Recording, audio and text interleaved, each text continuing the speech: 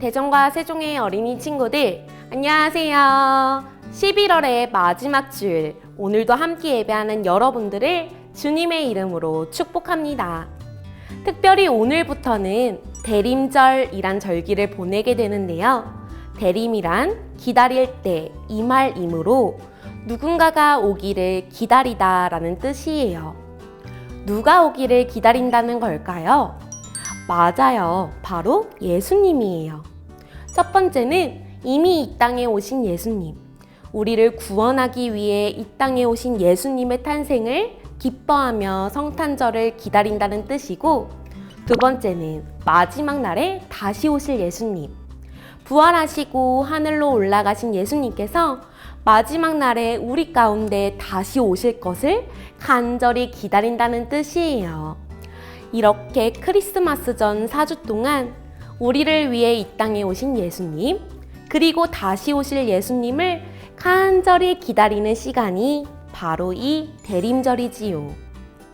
오늘은 대림절 첫째 주일을 맞아 우리가 어떤 마음으로 예수님을 기다려야 할지 말씀 속에서 함께 살펴보려고 합니다. 오늘 본문 말씀은 예수님을 뱃속에 품은 마리아가 들려주는 찬양의 노래인데요. 먼저 드라마 바이블로 읽어보도록 하겠습니다.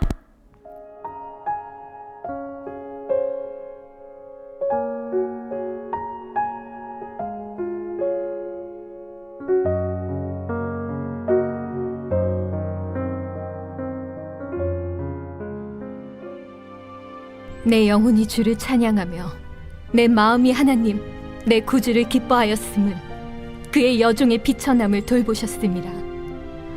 보라, 이제 후로는 만세에 나를 복이 있다 일컬으리로다.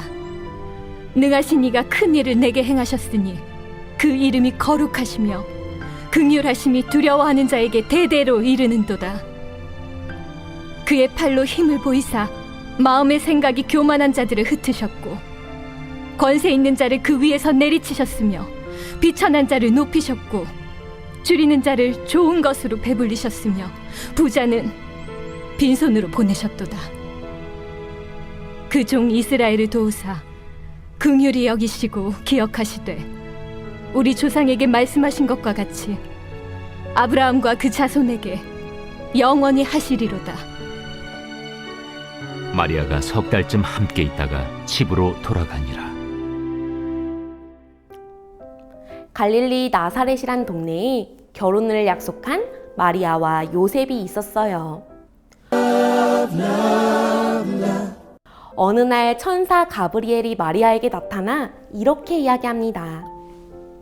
마리아, 마리아, 저는 하나님이 보내신 천사 가브리엘이에요. 당신에게 아주 기쁜 소식을 전해주러 왔답니다. 당신은 잉태하여 아들을 낳을 것이에요. 그 아기의 이름을 예수라고 하세요. 천사의 말을 들은 마리아는 깜짝 놀랐어요. 왜냐면 아직 마리아는 결혼을 하지 않았기 때문이에요. 마리아는 두려운 마음으로 천사에게 이야기합니다. 가브리엘, 저는 아직 결혼도 하지 않았는걸요? 어떻게 저에게 이런 일이 일어날 수 있지요? 그러자 천사가 말합니다. 걱정하지 말아요. 그 아기는 성령의 능력으로 갖게 된 아기랍니다. 그분은 하나님의 아들이시며 이 세상을 죄에서 구원하실 분이세요. 그리고는 하나님의 말씀대로 이루어질 것이라는 한 가지 증거를 말해주지요. 보세요. 당신의 친척 엘리사벳도 임신할 수 없는 늙은 나이에 아들을 가졌고 벌써 6달이 지났어요. 우리 하나님께서는 불가능한 일이 없답니다. 하나님이 당신과 함께 하실 거예요. 이 말을 들은 마리아는 하나님의 말씀에 믿음으로 순종했어요. 그리고는 자신의 친척 엘리사벳의 집으로 향했지요.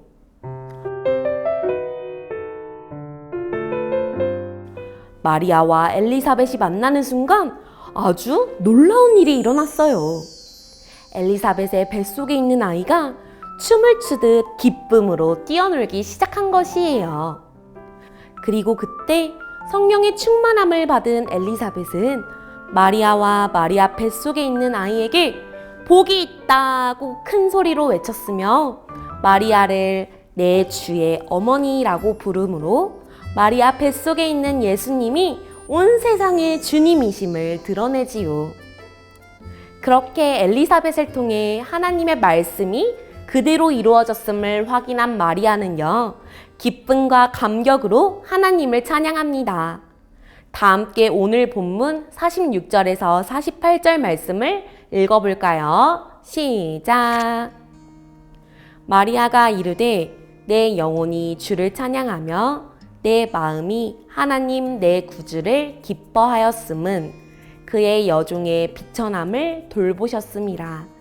보라, 이제 후로는 만세의 날을 복이 있다 일컬으리로다. 아멘. 여기에서 우리는 마리아가 기쁨과 감격으로 찬양하고 있는 이유를 발견할 수 있는데요. 그 이유는 바로 하나님께서 자신의 비천함을 돌보셨기 때문이라고 고백합니다. 오늘 본문 당시 여성이라는 존재는요, 남성에 비해 낮고 쓸모없는 존재로 여겨졌으며 마리아가 살고 있는 나사렛이란 마을은 산 중턱에 있던 가난한 작은 마을이었어요. 또 이후에 마리아가 예수님을 낳고 드린 제물이 양이 아닌 비둘기였던 것으로 보아 형편이 넉넉하지 않았음을 알 수 있지요.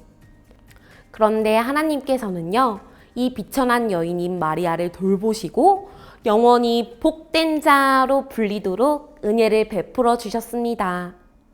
불과 며칠 전만 해도 아무에게도 주목받을 수 없었던 마리아가 이제는 세상에서 가장 복 있는 여인이 된 것이지요. 그 이유는 무엇일까요? 그 안에 예수님이 함께 하시기 때문입니다. 그러므로 마리아가 누린 축복은요, 이 세상이 말하는 복, 돈이 많고 공부를 잘하고 좋은 학교에 가는 이런 복과는 차원이 다른 영적인 복을 의미해요. 영적인 복은 예수님을 하나님의 아들로 믿는 믿음을 선물로 주신 복입니다. 그리고 예수님을 믿음으로 구원을 받고 하나님의 자녀가 되는 복이지요. 또한 이 땅을 살아갈 때에 나 혼자 살아가는 것이 아니라 내 안에 계신 예수님과 함께 동행하는 복을 누리게 된 것이에요. 이렇게 마리아는 자신이 잉태한 예수님으로 인해서 비천한 자신의 인생이 높임을 받게 된 것을 알았기에 그 주님을 찬양하고 있는 것입니다. 또한 51절에서 55절까지의 말씀을 보니 마리아는 계속해서 성령으로 잉태한 주님이 어떤 분이신가를 찬양하고 있습니다. 그 주님은 마음의 생각이 교만한 자를 흩으시고 권세 있는 자를 높은 자리에서 끌어내리시며 비천한 자를 높이시고 굶주리는 사람들에게는 좋은 것으로 배불리 먹이시며 부자들은 빈손으로 보내시고 이스라엘을 긍휼히 여기시고 언약을 지키시는 주님이심을 찬양하고 있는 것이지요. 저와 여러분 모두 하나님 앞에서 비천한 존재임을 깨닫고 우리의 비천함을 돌보시어 존귀한 존재로 세워주시는 하나님을 찬양하길 소망합니다. 사랑하는 어린이 친구들, 이제 말씀을 정리하고 싶어요. 우리는 모두 마리아의 고백처럼 하나님 앞에서 비천한 존재, 죄로 인해 죽을 수밖에 없는 존재였습니다. 하지만 하나님은 비천한 우리를 긍휼히 여기시어 우리를 죄에서 구원할 예수 그리스도를 이 땅에 보내주셨습니다. 그리고 누구든지 그 예수님을 믿으면 구원을 받고 하나님의 자녀가 되어 영원히 예수님과 함께하는 복을 누리는 존귀한 존재가 되게 하셨습니다. 대림절 첫 번째 주일, 이번 한 주간 비천한 우리들을 존귀한 존재로 세워주신 그 예수님을 더욱 깊이 생각하고 그 은혜에 감사하며 주님으로 인해 기뻐하고 주님을 찬양하는 어린이 친구들 되기를 축복합니다. 우리 함께 기도할까요? 사랑의 하나님, 죽을 수밖에 없는 비천한 우리를 죄에서 구원하시기 위해 약속대로 예수님을 이 땅에 보내주셔서 감사합니다.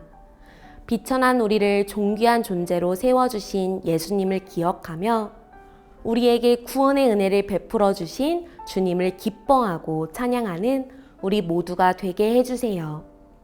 오늘부터 대림절이 시작되었습니다. 우리를 위해 이 땅에 오신 예수님을 더욱 깊이 생각하고 더욱 사랑하며 다시 오실 예수님을 기다리며 준비하는 시간 되게 해주세요. 하나님 사랑합니다. 예수님의 이름으로 기도합니다.